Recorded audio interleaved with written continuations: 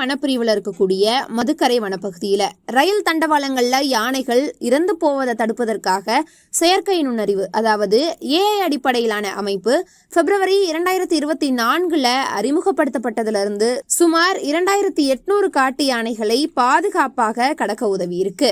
வனத்துறையுடைய கூற்றுப்படி இந்த அமைப்பு ரயில் தண்டவாளங்களுக்கு அருகில அல்லது அவற்றை கடக்கும் காட்டு யானைகள் குறித்து 6000க்கும் மேற்பட்ட எச்சரிக்கைகளை உருவாக்கி இருக்கு. உண்மையில உருவாக்கப்பட்ட மொத்த எச்சரிக்கைகளுடைய எண்ணிக்கை 10,000க்கும் அதிகமா இருக்கு.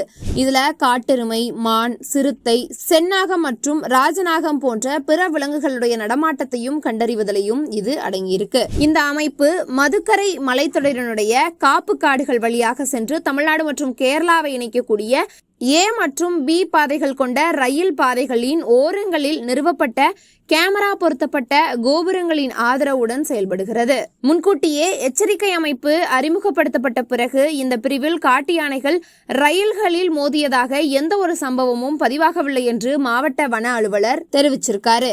ஏ அடிப்படையிலான அமைப்பு தண்டவாளங்களுக்கு அருகில யானை நடமாட்டத்தை கண்டறிந்து எச்சரிக்கைகளை உருவாக்கும் போது தண்டவாள ரோந்து பணிகளுக்காக 20 ஊழியர்களை கொண்ட ஒரு பிரத்யேக குழு விரைவாக செயல்படுகிறது.